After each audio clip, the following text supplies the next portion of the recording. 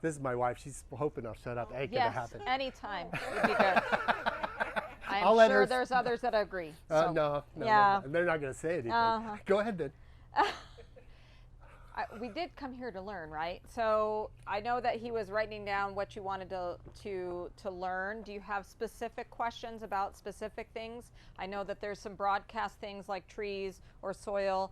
Are there some yard issues? Are there some specific things that we need to discuss or get on board with? What about the corrals on the Sandhills. west side? Sandhill side. Up on the hill, it's all sand. What do I do to help what's there survive? Keep adding. Keep adding. Keep adding. Doing We're gonna raise beds. Yeah. I mean, if you have existing landscape that you're trying to fortify, I would encourage you to get into a habit of doing a little bit of this. You can use it in the fall. We have customers that use it in the sandhills of Corrales that use it in spring and fall. As a mulch? As a mulch. Yeah. Straight on top. Yes, sir. I was to assemble my raised beds. You're talking to Redneck Creek here, bud. Oh my God, did you ask what kind of wood to use? I'm gonna just throw out there that if you're gonna assemble your own, just don't use treated wood. Yeah. I mean, either spend the money on cedar and get real cedar because it is gonna last a little bit longer. And I know our son beats things up, but we've had cedar fence for 30 years and it's fine. I mean, it's not pretty, but it's there. But I would use the ties I just spent $10 a piece Yeah. on because they're instant. they're What I kiln did with dried. my own, that's why she laughs, is she found sawmill ends that our fence is made of, where they cut the bark off the trees. That's our fence. It looks like wooden logs. The bark's all falling off. Well, the scraps that were left over, you could follow me and my cordless drill and the beer cans through the yard. I didn't measure. I didn't cut. Oh, about there. Garrett, give me another one. The beds we filled with horse manure were these pieces of, and they worked. They held up for years. I would use timbers like that, but you have to be. What's your? Do you want the poison? Do you want treated? Yeah. All that stuff in your wood. So And those, trees. yeah, those things that we have as parking blocks, those are kiln dried. So you can get kiln dried pieces. It's treated as well. It's green. Oh well, if those are treated, then you don't want to go there. But at Racks, they used to sell really nice kiln dried pieces of. They look like a railroad tie. They are not a tie, but they are dried so that they don't warp. They're dried at high heat so they don't warp. They had them the last time I knew. I haven't, but those are pretty sizable pieces, so you can, make something that's got some depth to it. I personally don't think that you should make anything. After our first go around with raised beds, which were not, in my opinion, deep enough, we got ones that were much deeper, which I like a whole lot better. So we're going to wrap up with trees, and then we'll answer your question specifically, or anybody else's question. I'm going to throw out a lot of tree information really fast. 6 fastest growing shade trees you can buy. Cottonwood tops the list. 500 gallons of water a day. If it gets it. My father tells me the Rio Grande River will be the last real cottonwood forest in the world, and it will die in my lifetime because we are not flooding the river and allowing the silts to get washed out. That's the tree money can buy as a cotton. Followed up by a maple. Big. These are 50 by 50 foot trees. Maples like acidic soil, and we've had one in our yard, and I had one in Rio Rancho, and I never get the color, but I love the tree. It burns. It looks terrible in the late summer. I don't get the color. We sell one that was made at New Mexico State called Mesa Glow. Supposed to be a little better. We're a little hesitant on maples here. I'll get to elm, but I want to finish that at the end. Mulberry, great tree. Illegal in Albuquerque. When we did our water ordinance, we did a pollen ordinance. The water ordinance was extremely successful, really well done. The pollen ordinance was a half-assed attempt for a municipality to tell us what we're going to do to reduce pollen. So they banned mulberries, but they left cottonwoods. Cottonwoods produce just as much pollen as mulberries. Mulberry's a lower water use, big tree, not as tall, beautiful shade tree, not legal in Albuquerque. I do not think there are pollen police. There are water police. They're being much nicer about how, please don't water your sidewalk, please don't do this. I don't think there are pollen police. We do sell mulberries because we sell the Rio Rancho, we sell the Corrales. I think a mulberry is a good tree. Willow, you better live on the water. If you don't live on the Rio Grande and you can't pull a gate out of the willow, stupid. You shouldn't do it. Just not a good tree. So I was, again, and I'm just as guilty as anybody. Two people walk in, long hair. Guy had his back to me. Good morning, ladies. He turned around. I'm like, oh. They said, I want a low water use tree. And I said, now I'm going to do it. There is no such thing. Since then, and this is 10 years ago, 2 trees have come into the marketplace. Elm, fast growing, low water, extremely good tree, but I have to tell you what an elm is, because if you look out here at the Chinese elm, which are really Siberian elm, the weeds, the diseases, the bugs, oh, you're not going to sell me one of those. Tingley's curse, he was the mayor of Albuquerque, the governor of the state, brought these elms in. You can't kill them. They get diseases, they get bugs, they get problems. All of these 6 trees have rooting problems. There's no getting around this. The tree above ground is only the iceberg. Turn it over. Everything above ground is underground, and there is no exception to that. But an elm is a good, fast-growing, low-water use shade tree. But I gotta sell you because you need an American elm, not a Chinese elm. There are 3 or 4 or 5. Frontier's the one we have. It's 30 foot wide, 40 foot tall, so it's a little more oval, red in the fall. It's a cross of 2 different elms. We have Alkalade, Summer Sunshine. Sunshine elm, we have. One of those Alkalade. is 60 by 6. It's bigger than a cottonwood. Yeah, so Alkalade elm is what you would see as most of the street trees in San Jose. So they're a good tree, but you gotta be talked through what an Or elm lace is. bark elm. And Chinese pistache. Good low water use shade trees. This Chinese pistache several years ago, we didn't know. 20 years ago, we're like, it's a beautiful tree. The fall color's amazing. It's low water. It's a tree. These Golden rain. Golden Rain is a little smaller tree. It's a 15 to 20 foot tree. All of these trees I mentioned are big. Golden Rain is a xeric tree. We put one in our yard. Our elm grows 5 foot a year. It's slowing down last year, and it's starting to get girthy. 5 foot a year. The Golden Rain tree was this big 10 years ago. There's a bench underneath it. It's beautiful. Multi-pronged, yellow flowers, seed pods, absolutely gorgeous. Just a little, there's 10,000 more things we can talk about. There's 20 more trees. That's the 5 or 6 fastest growing. We get stuck in shade tree. Ornamental trees make great shade trees. They're just much smaller. 20 by 20, 25 by 25, desert willow, crab apples, flowering pears. All great trees. We call them ornamental. Are they going to produce shade? Yeah. A 20 by 20 foot tree doesn't produce as much shade as a 40 by 40 foot tree. But they make shade trees. And one of my favorites is pears. First thing flowering. All the big white flowers you see right now are pears. All the pink ones are purple leaf flowers. Some exception. The white with the pink flush is an apricot. The little white flowers of plum. I taught my kids to identify plants by trains when I drive in or out. In the wintertime, I'm like, what's that? And they're like, I haven't done that leaves. I'm like, I know. What is it? Structure, bark color, branching, desert willow, beautiful black bark as they get older. Branches twist, flowers all summer long. Truly native here.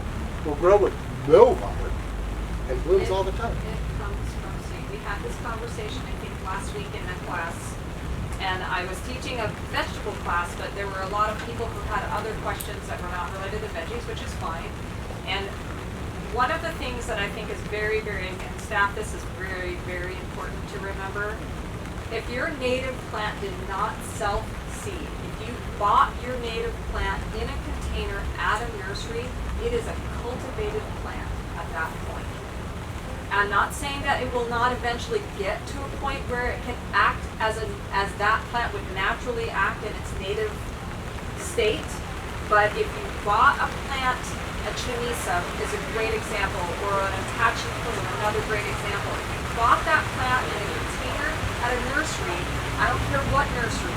I don't care if it's Santa Ana Wholesale, which is a native plant nursery that it seems like they just grow in native soil. They don't. They use soils to help cultivate those plants to look nice and healthy in containers. So They don't grow in this. they don't grow in this. So when you take these plants that are native, now the only real exceptions would be agave, cactus, and yuccas. I mean, are they grown in a different medium at a garden, at a growing facility? Probably. Are they going to go into the ground, native soil here, just fine? Probably so. But even your native leafy plants that are cultivated need to be treated like a cultivated plant initially. You can't put a forestiera, which is a New Mexico privet, in the ground that if it were to seed there, it will come up, do fine, no water, you wonder how it stays, or desert willows that do the same where they seed, and you're like, wow, that thing's growing in the crack of a cement and it's beautiful, you know? That is a different plant than what you buy in a nursery. Nothing in a pot is native. Nothing in pot is If they get native again, it's really well said, because I said desert willows are native. Not the ones that you buy, but you can drive on El Pueblo and look at desert willow and Chinese pistachio, and only getting what nature gave them. If I go plant a desert willow over there, it'll be dead by fall. It needs more the first year out. Okay? the first few years that that plant is in the ground, you still need to treat it like it's a brand new plant of any other kind. It needs water a few days a week. It needs water in the winter time. We lose more to a lack of water in the winter than we do in the summer. If it's 95 degrees, you know that you need to get out there and water. When it's 20, you're like, I ain't going out there. So watering in the winter is extremely important, especially for something that's less than a year old. So I hate the word drought tolerant in Albuquerque. You get 8 to 12 inches a year. If we have a drought, piñons die. The drought of 25 years ago that killed piñons across the state. Oh, it was the bark beetle. Oh, it was blue stem fungus. All were brought on because of drought. And growing potatoes, we were asked on the radio, and we have to look it up. What do we feed potatoes? And she thinks it's all nitrogen, and I struggle with that because that doesn't help. And she did too. We know, back to some fertilizer, NPK, nitrogen, phosphorus, and potassium are in all fertilizers. When you see a number on a fertilizer, 812.4, 1688, 410.3, Bloom Max is 1055.10. It's not exact, but it's helpful. Up, down, and around. Nitrogen makes things green and grow. Down and around is everything else. We have some potassium in our soil. That's where we went with the potatoes, a root crop. Well, kind of. It doesn't grow on the root. It grows on the stem. Yeah, so the Above idea, the root. The idea of the ammonium sulfate and the nitrogen in a potato is you're actually producing top growth, which is what you're going to cover when you get top growth that comes above the soil level, whether you do potatoes horizontally or vertically. As those top pieces come up out of the soil, you want to bury that up and bury that up and bury that up because the potatoes are forming off the side. So if my body is the plant, the roots are at my feet, the potatoes aren't growing under my feet. They're growing up the stem of the plant. And the idea is to cover the plant as it grows. So the straw bales is one way, tires is another. You grow them in tires, you fill them as they grow. Then when you're ready to harvest, you take off a tire. You've seen potato bags. I personally have not grown potatoes successfully. My father told me they take a lot more water than we need here. Your tissue. Our water bill is as much as most of yours rent payment. It's god awful expensive. I grew potatoes when I grew up in Vermont, and I've lived out here for a very, very, very long time, but I grew up in Vermont, and I always grew potatoes horizontally. So as they started to grow, I would lay them back over, cover that up, and so that there was just a few leaves on the top, and then that would grow and flourish lay that over. That was the way to grow potatoes where I was from. So my new staff, here's this, and this will help some people talk a little about soil this morning. Me sticking my foot in my mouth with Michael Enders from Peaches and Soil Secrets I said he didn't recommend soil amendments. That's not true, he does, he sells it. The soil amendment we sell the most of and think the highest step for now is this back to earth compost. It is a cotton burr, cotton ball. That piece of black stuff that holds the cotton is the ball, or bowl. Bowl. I was raised in And cotton this, country. thank you. And this is cotton bowl. When them cotton bolls get rotten, you can't pick very much cotton in them old cotton fields back home. It was down in Louisiana, just about a mile from Texarkana, in them old cotton fields back home. That piece, compost. It is screened down 3/4 of an inch.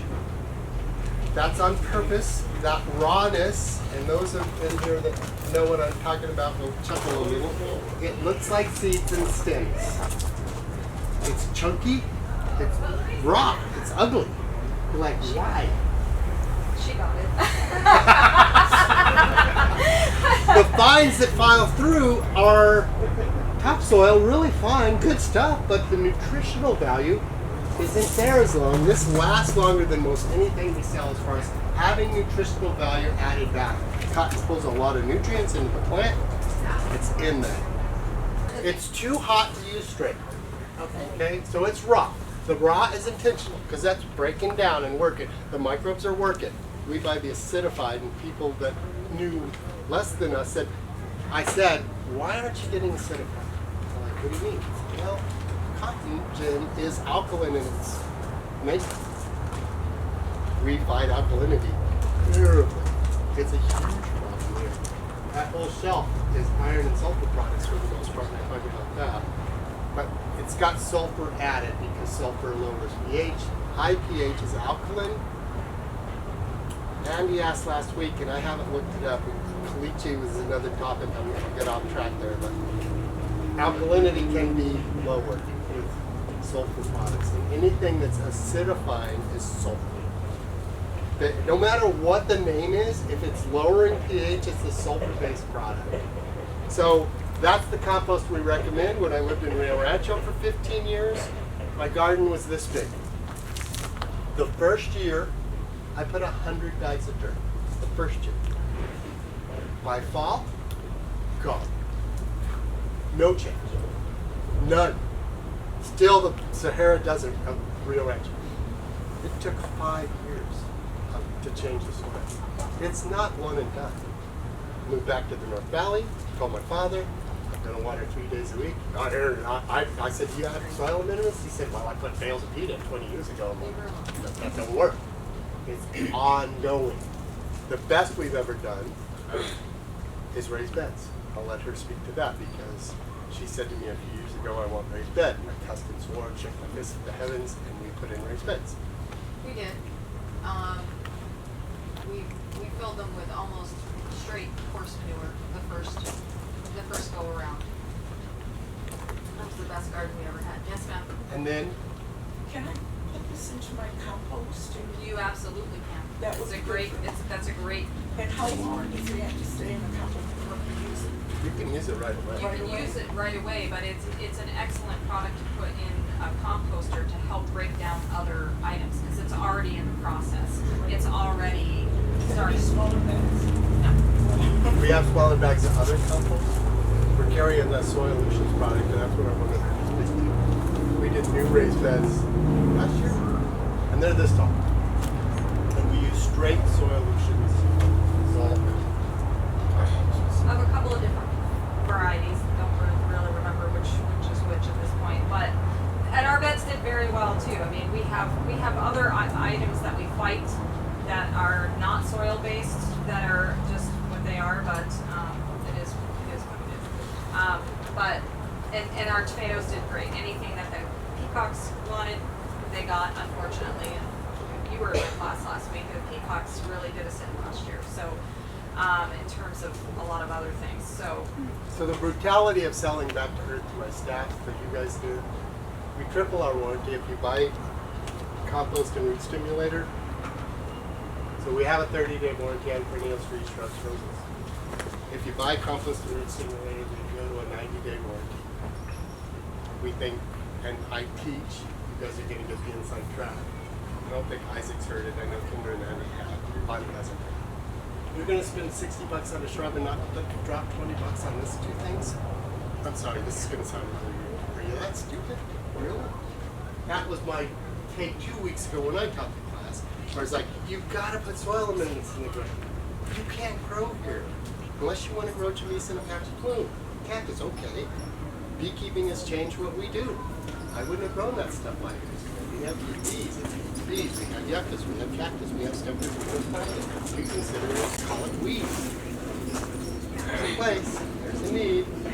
So we've gone into the compost, soil, ongoing. Raised beds are the best way. Can't add enough, keep going. Up, down, and around. Growth, flowers, roots. I don't. You guys know what rooting hormone is?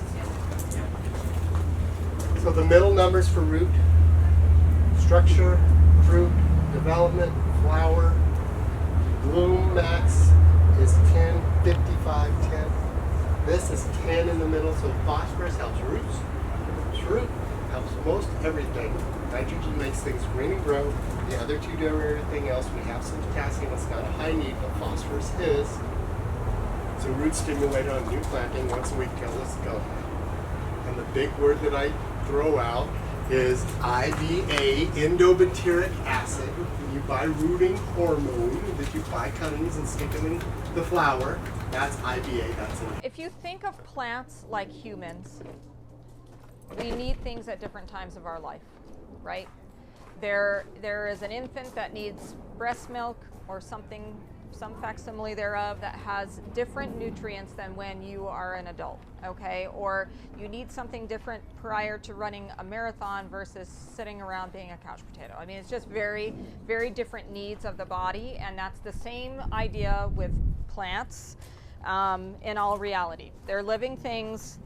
I'm not going to tell you that they scream when you pull them out of the ground, but it is something to, there is something to be said for that. So for our staff too, this is a very important piece of this puzzle. So when you have something newly planted, the way that these products work, these are all Fox Farm products. The only one that is certified organic in a liquid from this company is this guy. Their dries are all OMRI certified. So if you want organic, certified organic stuff, you can have it. The way that these products work is the intention is that this particular product is an everyday, all the time fertilizer. It can be used by itself, but the intention of this product is to be used with its sister product at the time of what the plant needs. So in the beginning of stages of growing a tomato, you want to get size out of it, especially if you're growing deep in the ground, which we always recommend either growing them, planting them very deep, or doing a little top trimming to encourage a real bushy tomato, which is what you really want to get. Raised bed. I have a raised bed. And you can go deep, deep, deep in a raised bed, however deep your raised bed will allow you to go, okay? So the initial fertilizing is these two products. This is an all-around food that has a lot of different micro organisms in it to help with production. This guy is green growth. So the Grow Big is a green bottle. They kind of did this a little bit psychologically for people to help people. The green bottle is green growth. Okay, so Grow Big. What's the other one? This guy right here is Red. Liquid what? For tomatoes. This is Big Bloom. This is an all-around fertilizer. Basically you would call this the Miracle Grow of organics, okay? This is a green growth product. So when you first plant your products, the idea, or plant your plants, the idea is that you use these products together. Okay, so you're giving a really good shot of basic all-around food plus a higher nitrogen product to get the green growth that you want out of your plants. Okay? That's right from the start? Right from the start. Okay. Okay? As you start to see flowers, because your flower is an indicator of what? Fruit, right? So as you start to see flowers, again, you're still using this product as an everyday product. And I say every day, you're going to be doing it probably once a week or so if you're going to stick with liquids, okay? As you start to see flower and fruit production, you're going to change to using this product, okay? This is a 284, so natural occurring numbers typically don't go above 12.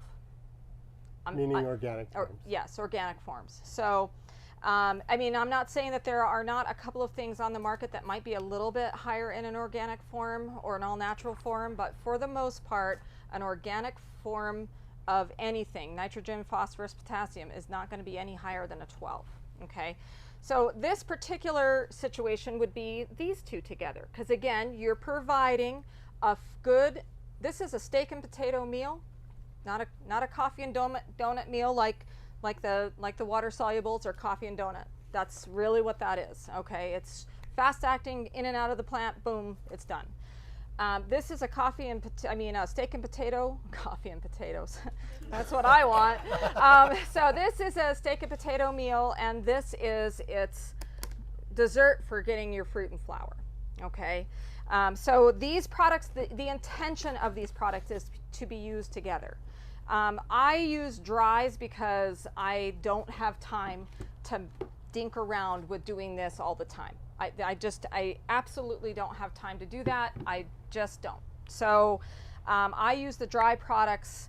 I use them a little off-label, to be perfectly honest, because I just dump 3 particular products in a bucket, mix it well together, and throw it on and water it in. And that's about as simple as it gets, and that's been successful for me. So I'm not gonna, there's a million right answers to gardening. There's a million right answers to gardening. We speak of our own particular experience. There's a million wrong answers too. Yes. So, but as far as your tomatoes are concerned, or your peppers, or any of your vegetables specifically, the one thing that I would steer away from using anything with a high middle number on is any kind of herb, because you don't actually want to encourage flowering on an herb. That's not what you're planting your herbs for. You're planting your herbs for green growth, because you're harvesting green growth off of your herbs. So I would either stick with this situation for herbs. Actually, one of the very best thing for herbs is fish fertilizer.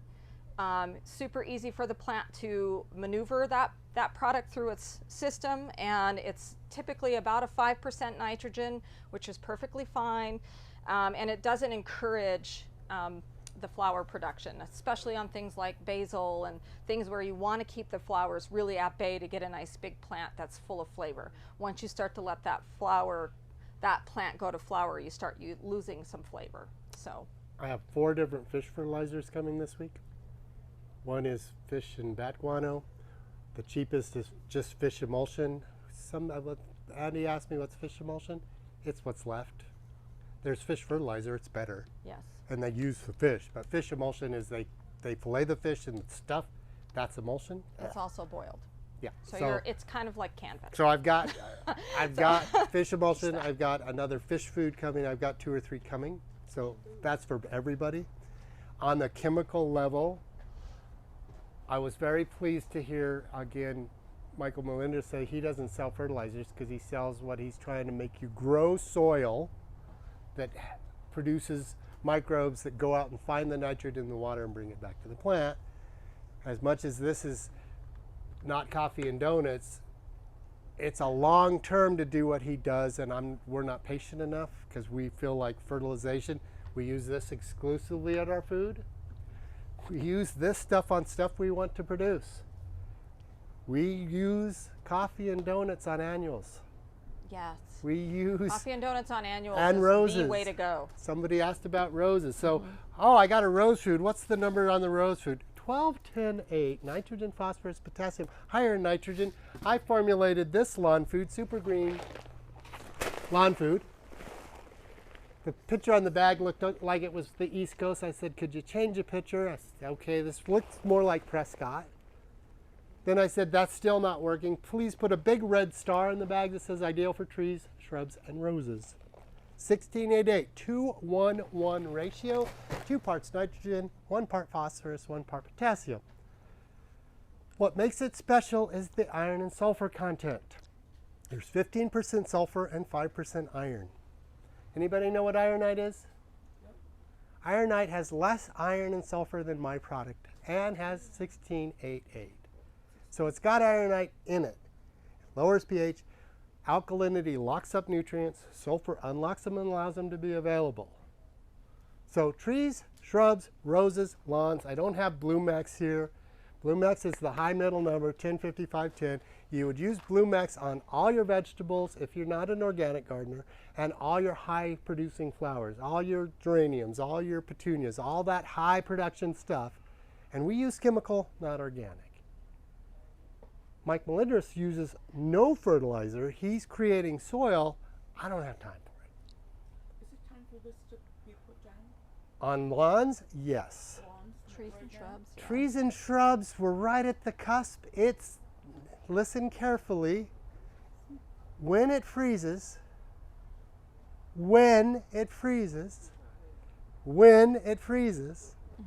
it's going to freeze again. And if you're going to fertilize a fruit tree, you're going to make it grow faster. And if you're going to prune a rose, you're going to make it grow faster. Don't do that. Don't prune the rose. Come to the seminar next weekend. I She did already it. pruned our roses. I did it. And last, great. and last year, Marissa Thompson, doctor of state horticulturalist, and Jennifer and I said, just like me and my mouth, we've told people for 20 years not to prune their roses till they see growth, and tell it, because if you prune, you're going to encourage late frost damage. Never seen it. We're like, is the information just old? Is that valuable anymore? Is it accurate? We all said, nah, it's not true anymore. Guess what? That year, it froze. And we had black on all of our roses, all the new growth. Now, my breaking the rule is, once they're flowering, all your fruit trees, it's going to freeze. You're not going to get fruit. Somebody asked about that. Once they're flowering, game on. Might as well. Once your roses are between 1 and 3 inches long, you're going to prune half that rose away. You're wasting all the growth that you're going to prune away. Go ahead. Is it going to freeze again? Yes. How bad is the frost? How much damage is going to occur? Don't know. I was asked about fruit trees. So, one more step. What's this? Landscape Special. 1688. Rose food.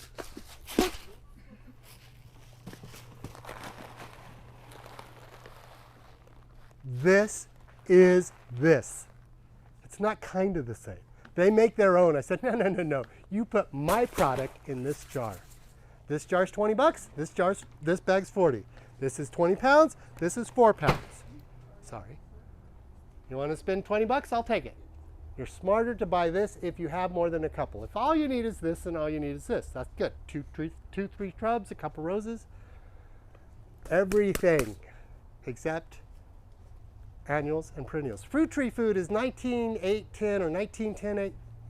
I have to sell you that this is a better food, but it is. It's much better. So fruit trees, how often, how long? I sell apricots 1 in 5. They bloom every year in March. Every year. There's no late blooming apricot that's not going to bloom in March. 4 out of 5 years we freeze in April. That's just the way it is. Peaches, plums, nectarines, all that prunus family, every other year. Is it 2021 and not going to freeze in 20? I don't know. But it's going to late freeze half the time on your prunus fruit. Plum is the first one you see blooming, white all over town. We're not getting fruit this year. Unless the times I'm wrong are the times it freezes. It doesn't freeze. It's April. It's March 15th, guys. Average last frost date is April 17th. Last recorded frost date is May 10th. If you don't want to watch weather, you wait till Mother's Day. If you want to take a risk, you wait till the middle of April. Every time, every other year in Rio Rancho, third week in April, first week of May, I'm like, damn it, again? As I look in the backyard and the tomatoes are all black and froze. There's a wall of water, there's a ways around it. Apples and cherries flower later. They get their leaves first and then their flowers. So apple's probably the best. So I'll add to the flowering of apricots, and there are late blooming varieties. You'll see it on some of the garden blogs and what have you. Realize that those are actually intended for places that are not here. And let's just put it that way. I mean, we fortunately or unfortunately, depending on how much you love the weather here, because I love the weather here. It's almost too cold for me. But growing up in Vermont, the warmer it gets, the happier I am. But so those varieties, Tilton is a commonly sold late blooming variety of apricot. Will they bloom a touch later here? We're talking a week, maybe. Still March. Still March. So don't let yourself get caught up in that. Staff, don't let yourself get caught up in that. We know better. We know better that those are not really intended for our area. Those tidbits of information that are out there are not intended for elevation gardening. And I don't care who you are, what you are, who you know. Elevation gardening is different. When you get above 5,000 feet, it is very, very different all the way around. So I gave Andy the Western Garden book. It was a Bible of mine when I was coming up. Great book. Every Southwest Garden book, big encyclopedia. Every plant you want to think about is in that book and gives you a couple paragraphs. The one thing that's wrong about it is the zone. We're zone 10 in that book. If you don't know, we are USDA zone 7. That's 0 to 10 degrees. cusping on 8 right now, but we don't really believe that. It has just changed to 8, and we don't believe it. Yeah. The USDA came out this year. Sorry, honey. No, it's good. The USDA came out this year with a notification that our area indeed has, our area of Zone 7 here in Albuquerque indeed has areas that they consider as now Zone 8. We don't necessarily believe that. Although, one thing that is something to keep in mind, and I harp on this quite a bit just in general, our urban forest has depleted drastically with the fact that we have done a good job at using less water as a community in Albuquerque. However, the detriment of that on our urban forest has been significant. Like well over a third has gone by the wayside because of water reduction. And I don't want to say that we don't need to be thinking about reduced water issues, but we do need to be thinking about ways to maintain an urban forest, because it does help with the overall climate here in our town, and still think about water usage. The joke that's out there online is the machine that reduces your carbon footprint. It's a freaking tree. Come on, guys. We cut our water use in half in this town in the last 20 years. We were using 250 gallons a person a day 25 years ago. That's twice the average of all our communities around us. Tucson, Vegas, Phoenix. Dry communities, yeah. Hot, dry communities. We were using twice as much. We're down to 126, 128. I've watched it very closely. We've done a great job. We should have. We needed to. We are killing trees because of it. Because we take out the bluegrass, and that's how we reduced our water use. All of it's bluegrass, guys. Everything we did to reduce our water use was take out bluegrass. And what we did is turn off the sprinklers. Mm-hmm. And replaced it with rocks. And replaced it with rocks, which is a heat sink. It's documented and studied that shaded, composted, mulch soil is 10 degrees cooler. I am sure I can find a study that say gravel is 10 degrees hotter. So the difference between gravel and mulch is 20 degrees. So all the money you think you're saving by putting in concrete or gravel is going through the swamp cooler, and we kill trees. And that tree has got more value than my life. It's going to live longer than me. It's going to take out the carbon footprint. It's putting oxygen back in. It's a symbiotic relationship. We need the trees, and the city of Albuquerque is, or the water authority from the city of Albuquerque is now using the elephant in the room as their advertisement. Please water your trees. What the guy taught 3 years ago, and I grabbed a hold of this, was like, wait, let me interrupt. It's a good trivia question. A big mulberry, a big ash, a 20-year-old tree. How much water does that need a week in the summertime? Thank you. Did you hear that? 300 gallons.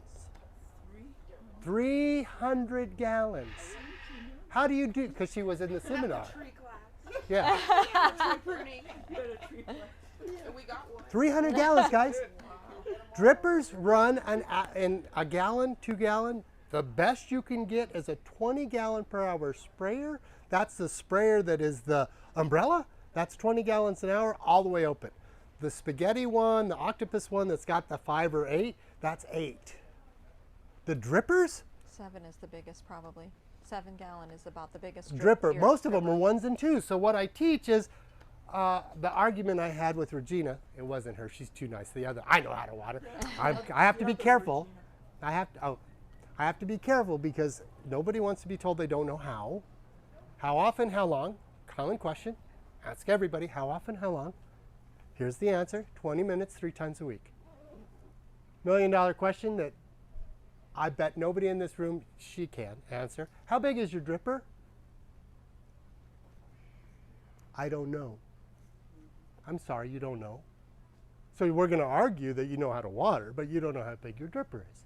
And a tree needs 300 gallons of water a week in the summer. So how the hell are you going to water a tree 300 gallons a week? You're going to buy Netafim? Netafim, which is tubing that has drippers every foot. It's not a traditional, what I would say, soaker hose that are the ceramic or rubberized It's soaker drippers hose. every foot that drip a gallon per hour. Or 5. You can get You them can with get 5 5. gallon emitters. But let's say you get the one because it's easy math, and you buy a 50-foot roll, and you put it around the tree. That's the trunk of the tree. This is the tree. Where does the dripper go? It goes out here. You take that 50-foot roll and you put it out here and you hook it to your drip system. And let's say you're willing to water 3 times a week for an hour. That tree still got half what the water authority said it needed. Half. So if you got a dripper on a spaghetti tube on a tree, you're lucky it's Little alive. stub. Yeah. It's just not enough. Hand watering is okay, flood irrigation. Water coming out of hose, 8 gallons a minute. So if you wanted to do that, it's hard because how deep is it going? And deep root watering is 2 feet, guys. It's not 3 feet, it's not 4 feet. All the water roots are in the top. Top 2 feet, max. Most people say 1 foot. That's why this drip tubing is out here. Yeah, the one thing that I would throw out there is if you are from a valley area, whether it's here in the Rio Grande Valley, well, it's all the Rio Grande Valley, but if you're here in close to the river, here in Albuquerque or down close to the river, down in Los Lunas or Bernalillo, we do have a pretty significant clay layer that happens to be in the valley areas. The thing about clay, it can be friend or foe, and we always recommend that you still utilize something like an organic matter to help break down some of the consistency of clay, because the friendly part of clay is that it does hang on to moisture for a while, so it might help you reduce your actual number of days potentially of watering or something along those lines. The downside is if it gets dry, it's a constrictor, so it can constrict some very vital roots, and we see that a lot actually from folks who do live in those areas that are wondering why things are not doing great, particularly people who do not have flood irrigation. Flood irrigation, you know, good for you if you've got it, because it's a great way to make sure that you have moisture that is going well into a soil layer to encourage deep root growth. Flushing soil. Flushing Salts build soil. up. Drippers don't allow good flush irrigation. Flooding Yeah. is really, there's nothing that replaces doing that. Yeah, it's just a different animal altogether. But so there are things to be thinking about with your soil content and your water. I mean, if you live on the west side of town and you are very, very sandy, which is the consistency of the soil west of west of the river, then you are blowing through water like nobody's business. And the keys to that are soil amendments, mulches, using, again, I'm a big fan of pecan shell mulch as a soil amendment on the west side. I feel like you will be 10 steps ahead of the game utilizing pecan shell mulch in the soil, not just as a top dress. You can use it as a top dress, but the soil composition is so poor in the sand over there that what you're trying to do is create something that has some meat to it. This is a great product for that as well, because again, it's very chunky. It's not going to move through that sand very quickly. Very fine soils tend to disappear. Very fine compost tends to disappear in the sand within a week. I personally will not sell you a bale of peat moss on the west side, period. I will. He will. I won't. Well, and I just- I'll tell you why, because it's the big bad ugly guy story. It holds more water than anything It money can does. buy. It doesn't. Hands down. The big bad ugly guy story I don't do it. is a bale of peat is 3.8 cubic feet. I pick the biggest, baddest, ugliest guy on the crew. Nick doesn't work here, so can't pick him. I stick a hose in it the day before. I get it just full enough you can't tell I did it. I'm 60. I'm not as healthy. I am as healthy as I used to be. But I can still throw a bale up on my shoulder. It used to be 6 cubic foot bales and we'd have bale wars. The bale of peat weighs 240 pounds wet. You cannot lift it. I can lift a dry one. It's compressed. They push all the water out of it. Why the big bad ugly guy story? Did I do it? I don't know, but you'll remember, oh, big bad ugly guy. Get the bale of peat in the yard where you want it, because you're not going to move it once you get it wet. Put the hose in it, have it plump up, and don't open it till tomorrow. I didn't follow my own advice. I had a raised bed. I put a bale of peat. I put mushroom compost in the top. I killed strawberries 3 times in a month because it was too hot. I put straight mushroom compost. I burned. I killed my strawberries in mushroom compost. A month later, the bed, you put bottoms in our raised bed. I kicked over the raised bed, bale of peat, every day watering for a month. Bone dry. Still bone dry. That's why she won't sell you peat.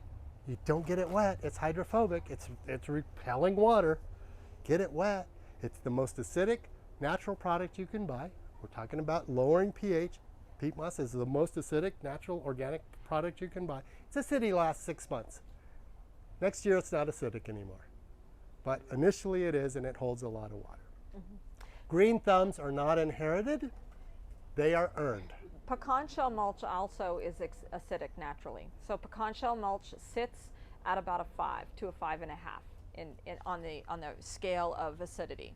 So we sit in the high 7s, typically all around our area, sometimes in the 8s on the west side where it's straight silica, which is very alkaline. That's why I like the pecan shell mulch also, because you are adding something that is naturally acidic to the soil. It does allow for some drainage. It does allow you to have a situation where you are breaking down a composition of clay soil, if that happens to be what you have. There's just a lot of pluses to it as an actual soil amendment as opposed to just a mulch. So. And earning your green thumb requires sacrificing plants. Oh yeah, you gotta kill it. You gotta kill it. We kill stuff. Gotta kill it. We kill a lot of stuff. We push. Yeah, kill it. Your thumb gets greener every time you kill a plant. I promise you.